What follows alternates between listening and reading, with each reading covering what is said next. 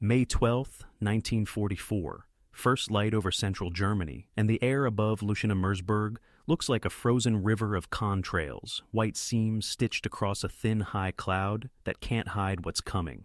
Before we dive in, if you love history told through the choices that changed everything, subscribe to What If Wars. Stick with us, and we'll show you where the war's pulse really lived. From the west, the formations arrive steady and cold, B-17s and B-24s of the 8th Air Force stepping down their altitudes like a staircase through the morning glare, Mustangs and Thunderbolts riding shotgun along the edges, cutting lazy arcs to keep the flak towers guessing. The crews have a simple brief set in a dozen briefings across East Anglia.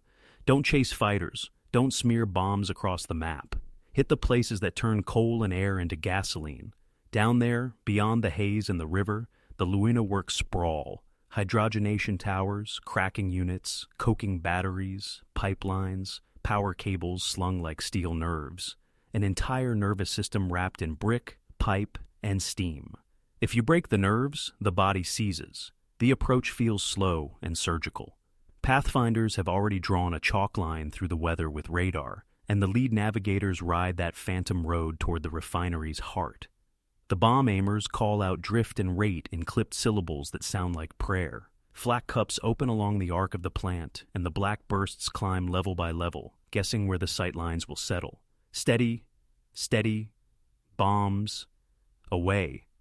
The first stick of bombs walks into the compressor halls, and the roofs jump before the sound reaches the aircraft. A throttle man in the hydrogen unit looks up and sees the glass panes flex like a lung. He doesn't hear the second stick that rips the power feed, only the lights going thin, the pitch of every motor skidding down towards silence. The sky hardens. Fighters swing in from 2 o'clock high, and the escorts flick toward them with the reflex of a blade. But the big ships hold their lanes. Smoke rises where the hydrogen pumps should be singing. The color of it is wrong, oily black laced with a bitter metallic tint that settles at the back of the crew's throats. This is what the planners wanted to see, not just fire, but dysfunction. You can rebuild walls. You cannot conjure hydrogen without compressors. You cannot run compressors without power. And every hour those two are dead is a day the Luftwaffe forgets what speed feels like. At the edge of the plant, a German firefighter pulls a canvas hood over his hair and tightens the strap with scorched fingers. He can taste chemicals on his tongue. He knows the drill. Foam the storage pits, save the transformers. Keep the lines from jumping fire to fire. The first team goes in, and the foam lays down like snow, then slides off as if the heat refuses to take the kindness. Someone shouts for pressure. Someone else shouts that pressure is gone. Overhead, a second wave is already turning in, and he knows what that means. Repairs measured in hours will be rewritten in seconds. Out beyond the smoke, the bombers are already climbing, shaking out into echelons for the ride home. The radios sound tired. Oxygen, fuel, ammunition numbers. Rituals that mean life on the way back across the North Sea. They have hit other places before, ball bearings, aircraft factories, but you can hear a different kind of quiet on the interphone when the target is fuel. Everyone understands this arithmetic. You can build more planes faster than you can rebuild the ability to feed them. You can train a pilot to climb and turn and shoot. You cannot train an empty tank to lie. By mid-morning, the light turns white and pitiless, and the plant throws a single pillar of smoke that can be seen for counties. The men who designed this campaign did not expect one raid to finish it. They expected rhythm. Daylight to cut muscle with precision. Night to bruise the bones and keep the healing from starting.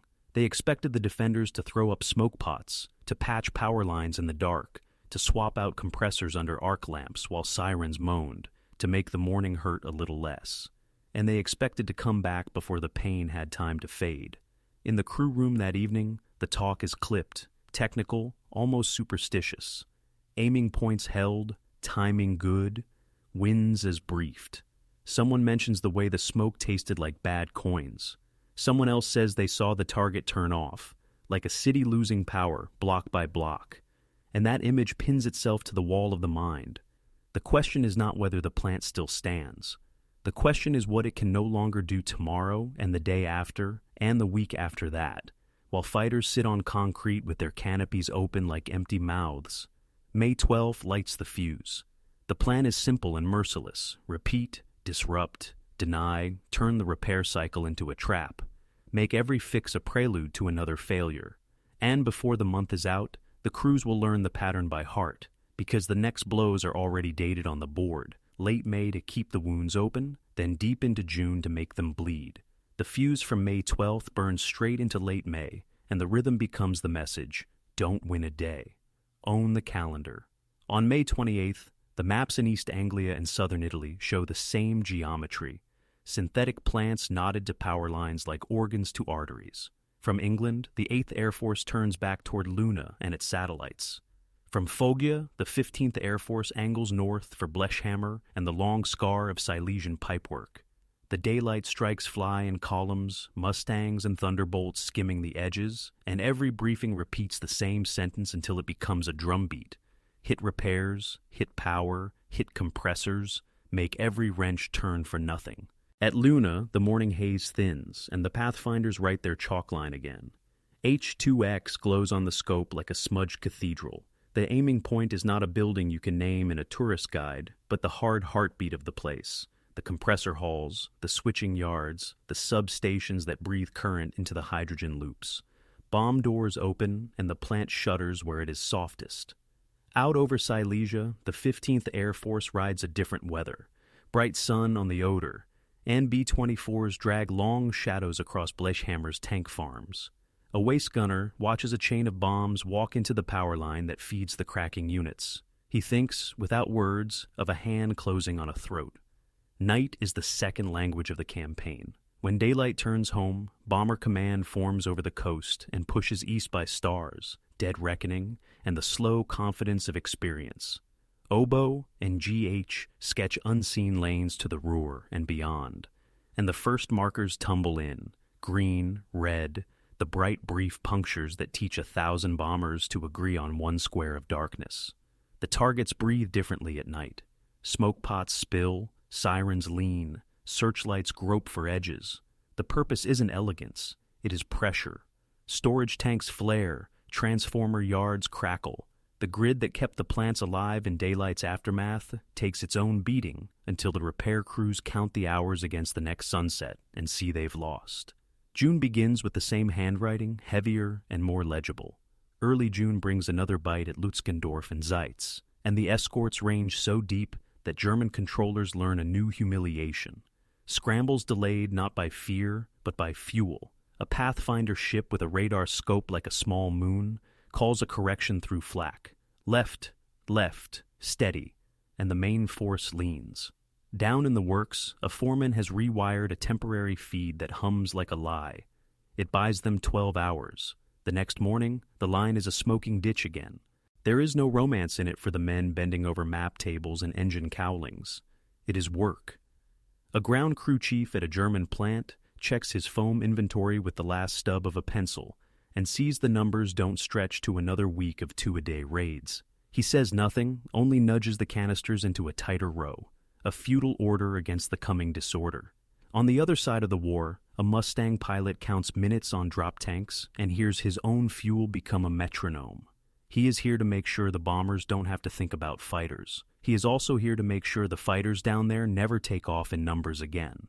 Mid-June pushes Brüx most and Gelsenkirchen-Scholven under the same hammer. The day's story repeats with new names: a power substation tamed into silence, a pipeline yard coughing flame, an auxiliary compressor dragged into place under floodlights and then wrenched apart by noon. Somewhere on the edge of a town, a Pathfinder crew climbs out of a blacked-out briefing hut smelling of coffee and cordite. They joke too loudly, then go quiet at the same time, and the navigator traces with a fingertip the river bend that tells him he is home over the target even when clouds erase the world. The defenders adapt as they must. Flak belts thicken, dummy tanks sprout like mushrooms. Smoke curtains smear whole blocks of sky an hour before the formations are due. Night fighters prowl with a veteran's patience. And still the pattern holds because the pattern is the weapon. Daylight slices at anatomy, night bruises power and storage, and every repair becomes an invitation to another strike. The planners study reconnaissance frames as if they are medical films. If the scar tissue looks too healthy, they schedule surgery. By the last week of June, a truth settles into the numbers that crews trade in mess halls and map rooms without needing a graph to believe it. Production lines that once restarted in days are limping into weeks, then limping again. Plants relight by sunrise and darken by sunset. Compressor swaps meant to rescue a unit through the weekend last until the first contrail paints a line over the chimney stack. You can feel the airfields changing far away from the smoke. Luftwaffe. Training hours trimmed again, squadron leaders bargaining sorties like rations, a scramble delayed while a fuel truck coughs dry. July is waiting just over the horizon, and it won't bring spectacles so much as something quieter and more dangerous. The slow cracking of a network that thought it could heal faster than the next raid could fly. July comes in without a fanfare, just the steady rasp of engines crossing coasts at dawn, and the dry scrape of pencils drawing new lines over old scars. On July 7th, the 8th Air Force points back at Merseburg, Leuna, under a high, glassy sky, the kind that makes contrails stand like chalk strokes and gives gunners a sense that the whole war can see them coming. The aiming points have shifted a few hundred yards, not to the tall stacks that photograph well, but to the transformer yards tucked against brick, the substations that hum the plant awake, the cable runs that tie hydrogen to heat and heat to motion. Bomb doors open, and the first sticks stitch the power grid. Lights stutter, motors slow, and in the pause between one pitch and the next, you can hear the refinery. Remember, it's only a machine. South and east, the 15th Air Force spends the same week riding pressure into Silesia. B-24s roll toward Blechhammer in sun that feels like metal, and they carry not just high explosive, but a kind of patience learned from June. Slice the current, burn the spares, hammer the railheads that feed the place its catalysts, its gaskets, its promise of recovery. A bridge south of the plant takes a hit that seems small until a yardmaster watches a train of compressor parts idle miles down the line with nowhere to go. He lights a cigarette with hands that won't stop shaking and decides not to send the telegram that says why. RAF crews add the night's grammar, circling up under a moon that looks like a frost lamp. GH and Oboe find the dark shapes of storage and switching. The first target markers fall, and the black backs of tank farms glow, then roar, and the heat shoves at the sky. You can't measure that in the morning's production figures, not neatly, but the men who stand on the catwalks at dawn feel the math on their faces. Foam sticks to boots, the air has the scorched sweetness of ruined plastic, and the shift log records another start delayed, while crews walk the line and count what's left. Mid-July is where the grind shows its intent. On July 12th, Leuna takes another cut at its nerves, and Zeitz feels the same hand, a combination of precision and repetition that insults the very idea of repair. The Germans move fast, smokescreens spool out hours ahead of time, camo nets pull shadows where none should be, dummy tanks appear in neat lines, and flak becomes an iron forest. But the raids are learning too. Lead navigators call tiny corrections off radar blooms that look like fingerprints. Bomb aimers hold until the glide of the crosshairs falls not on roofs, but on the square geometry of a substation fence. And the second wave schedules itself to arrive, while the first repair crew is still coiling cable, heads down, cursing the way light never seems to last. The numbers begin to say what the senses already know. Monthly output is sliding, not a cliff yet, but a slope steep enough that squadron leaders far away feel it in their pockets. Training hours tighten again. Logbooks that started the year, fat now thin by the week. A Luftwaffe trainee in July opens his book and sees white spaces where time should be. He flies a circuit, a climb, a landing, and the instructor's pencil makes one line that looks like mercy and one that looks like a warning. He tells himself August will be better. He doesn't believe it out loud. Rail choke points become targets as plain as chimneys. July 20th brings daylight attention to the yards that feed Böhlen and the switches that route heavy wagons toward Lützkendorf. Bombs pull rails into question marks and throw ballast into the air like shrapnel. A week later, reconnaissance photographs show fresh ties, hasty splices, bright metal where old was black. 2 days after that, the same frames show the same breaks, darker around the edges, tired of trying to heal. You can't hydrogenate what you can't deliver. You can't deliver what the rails won't carry. Somewhere behind the perimeter fence at Pölitz, a shift leader takes a stub of pencil and writes a note home on a scrap of requisition form. He doesn't mention flak or fear or the way foam cakes on hair. He lists hours, 2 shifts without power, 4 with, then none again. And he adds a line that admits to himself, if not to his family, that the plant sounds wrong now, even when everything is working. Machines that have run for years have a tone that says, "We will not stop." In July, the tone changes to, "We can be silenced." The front line feels it sideways. A squadron operations officer looks at the week's flying plan and trims it like a miser. Scrambles are held 10 minutes, then 20. A dawn patrol becomes a mid-morning show of presence. A planned sweep is canceled with a shrug that pretends to be strategy. The men still fight, still kill, still die. But the sky itself is different, quieter on the wrong days, thin where it used to be thick, and the Allied formations march through it like a procession that has learned the route by heart. By the last week of July, the campaign's voice lowers. The fires aren't always spectacular. The photographs don't always dazzle. What persists is the absence after the smoke clears, the dead transformer no one can replace, the compressor rotor that will not arrive, the bridge that keeps being fixed and keeps being broken until the crews stop pretending it's an accident. July ends on a dawn that smells of rain and cooling metal. An airfield wakes without the usual roar. Canopies sit open to a breeze that feels like a question. And somewhere, a controller checks his board and decides not to scramble, because the tanks say no. August is waiting, and it won't ask. It will simply show, in the clean daylight, what a starving network looks like when the bill comes due. August arrives like a verdict. The mornings are bright and blunt, the kind that turn aluminum into mirrors and leave no margin for illusions. On August 1st, airfields that once vibrated at dawn hold their breath. A controller rubs a thumb across the glass of his board and lets 2 patrols slip off the schedule because the fuel truck hasn't come. The quiet isn't peace, it's a warning. The signs collect fast. In Normandy, columns roll east under a sky that feels owned. Thunderbolts stepping down to strafe a crossroads, Mustangs leaning on a rail yard until cars hop the tracks like toys. West of Paris, a German staff car idles outside a Corps HQ, longer than it should, because someone has told the driver to save every liter. On the radio nets, the tempo is different. Allied controllers are crisp, layered, confident. The replies they pull from the other side come late or not at all. You don't need a chart to hear scarcity. Inside Germany, the picture hardens. Early August sees another series of daylight cuts. Leuna again, Zeitz again, Böhlen, Lützkendorf, Gelsenkirchen-Scholven. Each strike timed not for spectacle, but for sabotage of the clock. Repairs that might have bought a week in June buy a day in August. A day becomes a morning. A morning collapses into an hour when the next contrails show up over the river. A compressor installed under floodlights goes hot, shivers, and dies as if it knows it was born at the wrong time. The men with wrenches stop promising finish times. They start promising to try. On August 7th, a Luftwaffe training field in central Germany runs its pattern with a single flight and shuts down. The instructor logs the hour, pencils a note that looks like leadership, and tells his students they will make it up next week.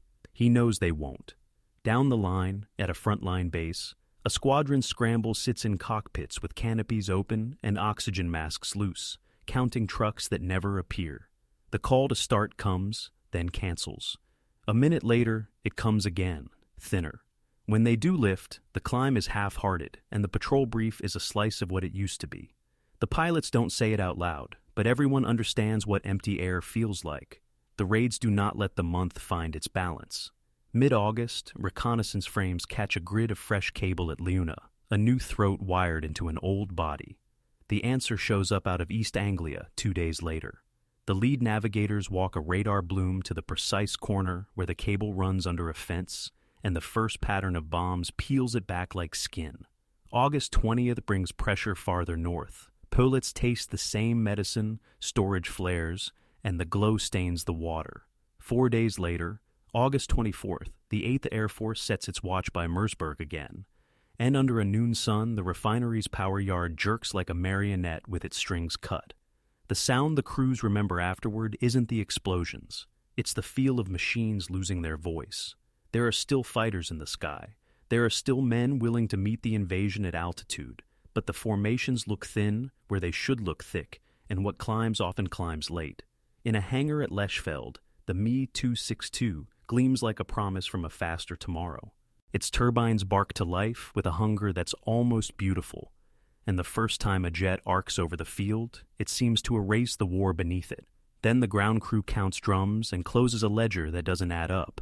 A machine built to gulp fuel meets a month built to starve it. By the last full week of August, the arithmetic has gone public. Monthly production has broken off its spring plateau and slid into a valley you can describe without numbers. Training hours cut again. Reserve stocks that felt theoretical now matter. Frontline units capped on sorties like families rationing bread. On August 26, a Jagdgeschwader, tasked to cover a rail hub, musters 2 flights when it needs 4. The controller speaks quickly to disguise the gap, to make the picture in his head look thicker than the picture in the sky. The Allied sweep that arrives over the same rails meets brave men in insufficient numbers and pushes through without slowing. In France, the breakout turns into a chase. Armor breathes through jerry cans and pipeline, and every mile of road eastward is a sentence the air can finish. Bridges that once felt defended because flak was nearby now feel undefended because flak without fighters is noise without shape. The long, open lanes over the Seine and the Marne fill with transports, reconnaissance, jabos, an ecology of air supremacy that feeds itself. A German convoy tries a night move on August 29th and leaves dawn tire marks in a field because the highway is cratered and the fuel plan assumed time they no longer own. The month closes without ceremony. There is no single explosion that explains it. There is only the accumulation of absences, wake-up calls that don't ring, training hours that don't post, briefings that talk about weather because weather still obeys you when fuel doesn't. Somewhere inside Leuna, a maintenance chief sets his wrench down on a warm pipe and understands that the plant will start again, and be hit again, and start again, and be silenced, until the word normal becomes an old joke. August has shown the shape of the rest of the year, a sky where numbers matter more than names, and numbers are running out. Late August slides into September with the sound of tires on long roads and engines that no longer fear the sky above them. The Western Front breathes differently now. Where June's air cover felt like a promise, early autumn's feels like ownership. Mustangs high and loose, thunderbolts heavy with ordnance, medium bombers reading the map with impunity. The reason is not a single battle won in the clouds. It's the quiet arithmetic that began on May 12th over Leuna and kept folding power yards, compressor halls, and storage into silence until flight schedules became wishes. In northern France, the breakout grows legs. Supply convoys stream through dust that hangs over the hedgerow lanes like gauze, and when a column halts at a bridge, it's for traffic, not fear. Controllers push patrol lines eastward, then farther east, and the requests that rise from the ground, armed recce's along a rail line, 4 ships over a crossroads, cover for a river crossing, arrive with the certainty that someone will answer. Behind German lines, staff officers practice a new language of delay. A Kampfgruppe assembled without fuel to match its plan, an armor counterstroke cut in half before it meets the road. A night move aborted at dawn because the cans didn't fill. The air is not empty of German courage. It is empty of German gasoline. Inside Germany, the factories keep trying to stand up before being told to lie down again. In mid-September, Leuna relights and hums with the effort of men who refuse to quit, and the hum is broken within days by daylight that lands where the repairs are freshest. Farther north, a storage park that survived 3 raids finally blooms under a night sky, and the black glow on the water tells a story the morning paper will not. The Luftwaffe can still gather teeth when it has to. It still bites, and men still pay for altitude with blood. But the pattern is broken. Scrambles run thin. Escort arcs stay unchallenged. The picture over the front draws itself in Allied ink. Operations officers on both sides feel the shift before history will name it. On the Allied side, the daily brief loosens its shoulders. More sweeps, deeper armed reconnaissance, transports shepherded in daylight where last year they hid. On the German side, the whiteboard becomes a puzzle made of gaps. Not enough hours for training, not enough sorties to risk, not enough fuel to take an intelligent gamble and call it maneuver. A staff captain in the West does the math after midnight and realizes the next week's schedule is a beautiful plan that cannot live in the morning. He erases it slowly, square by square, and leaves the room without turning on the light. The effects echo on the ground where maps are measured in bridges and crossroads. When the September rains come, They drum on tarps and helmets and the hoods of trucks that keep moving because the sky says they can. A bridge that would once have been guarded by a belt of flak and a ring of fighters now sits under a haze of Allied contrails, and the only question a convoy asks is whether the engineers have cleared the last abattis. Armor that once flinched at the threat of a sudden dive now radios up for a timed strike and gets it within the hour. The Luftwaffe still appears, still claws, still kills, but it can no longer set the pace or choose the hour, and wars are won by the side that sets both. For the men who flew the oil offensive, the legacy isn't a chart. It's a handful of images that outlive the smoke. The moment a radar bloom sharpened into a refinery's skeleton. The taste of metallic air as a plant's heart stopped. The shine of a jet that should have ruled the sky and instead taxied back because the drum count said no. For the men under the bombs, legacy is a different collection. The itch of foam that never washed out. The hiss of a dead transformer cooling. The stubborn returning of crews who came back not because it was glorious, but because it was necessary. Somewhere in September, a maintenance chief at Leuna lowers a final repaired line into a trench and knows, with the strange peace of a man who has run out of illusions, that the next contrails will pull it up again. He goes home early and sleeps without dreams. By autumn, the shape of the coming months is plain. The Allies will keep the sky, not perfectly, but decisively. The Germans will answer where they can, but the logic of fuel will write the ending faster than any duel between aces. When the armored spearheads reach new rivers and the roads buckle under traffic, it will be because, months earlier, crews over Merseburg learned that a refinery has a heart, and that the surest way to win a fight is to stop the blood. If you trace the war's pulse backward from the quiet of an unchallenged bridgehead or the stretch of an unmolested convoy, you arrive at a thin morning light and a string of contrails pointing to the answer. May 12, 1944 was never just a raid. It was the first clear sentence in a long, relentless argument about what keeps an air force alive. The rest of the summer said the same thing in louder voices until August made it public truth. And when the year turns toward its last and the winter sky goes pale and hard over Europe, the lesson still fits in one line. You don't have to outfight every enemy if you can out-throttle their fuel. The content of this video is compiled from multiple sources. If anything is inaccurate or needs correction, please comment below. See you next time.